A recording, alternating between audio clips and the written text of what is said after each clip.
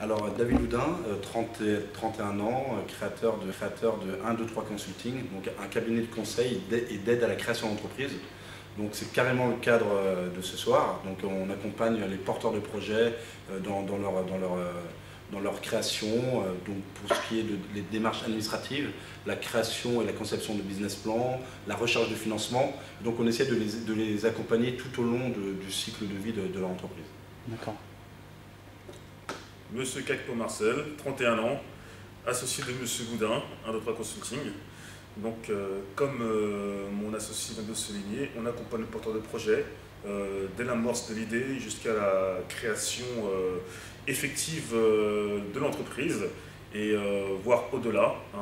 On peut l'accompagner aussi dès le démarrage de son activité pour des besoins qui répondent à des problématiques bien précises comme un manque de développement commercial ou autre.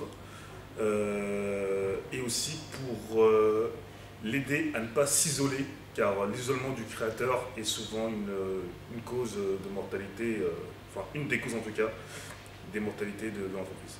Vous travaillez ensemble, vous avez conçu cette activité ensemble?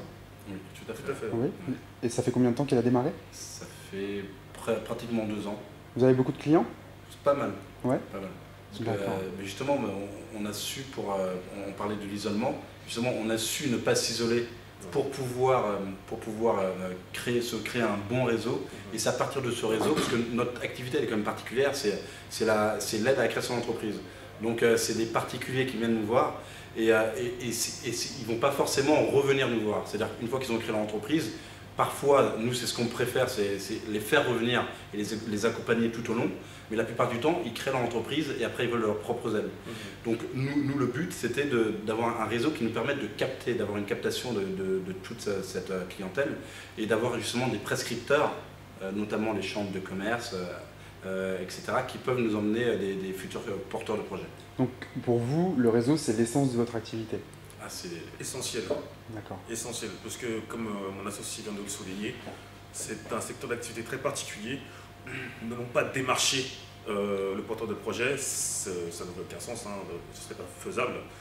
Donc le réseau est essentiel à notre activité.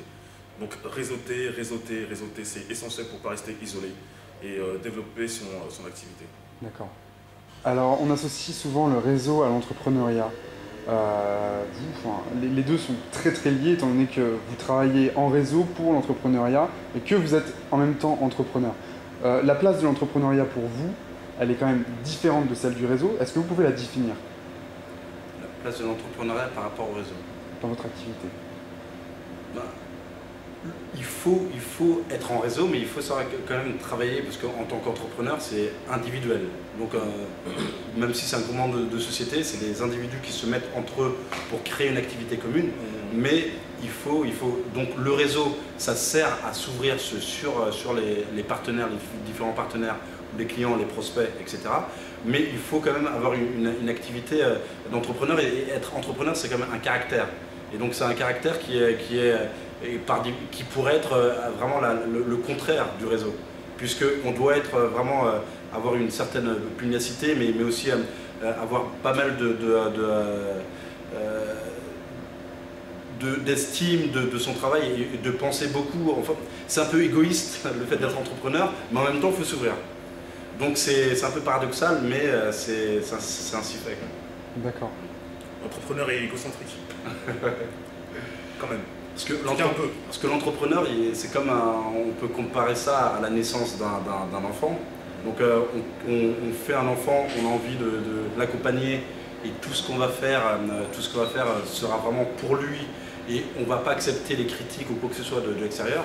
Et donc voilà, c'est pareil, c'est que on est obligé d'être dans un réseau et donc de s'ouvrir et d'accepter parfois des critiques ou des choses extérieures, mais on a quand même une fierté d'entrepreneur qui fait que il faut savoir concilier les deux, et je pense faire pas mal de compromis. D'accord. Donc en fait pour vous, entrepreneuriat et réseau sont très liés. En même temps, il faut savoir être adaptable à n'importe quelle situation, n'importe quelle personne, et s'adapter à son propre business. Voilà, bien sûr. Je vous remercie beaucoup, messieurs. Merci à vous.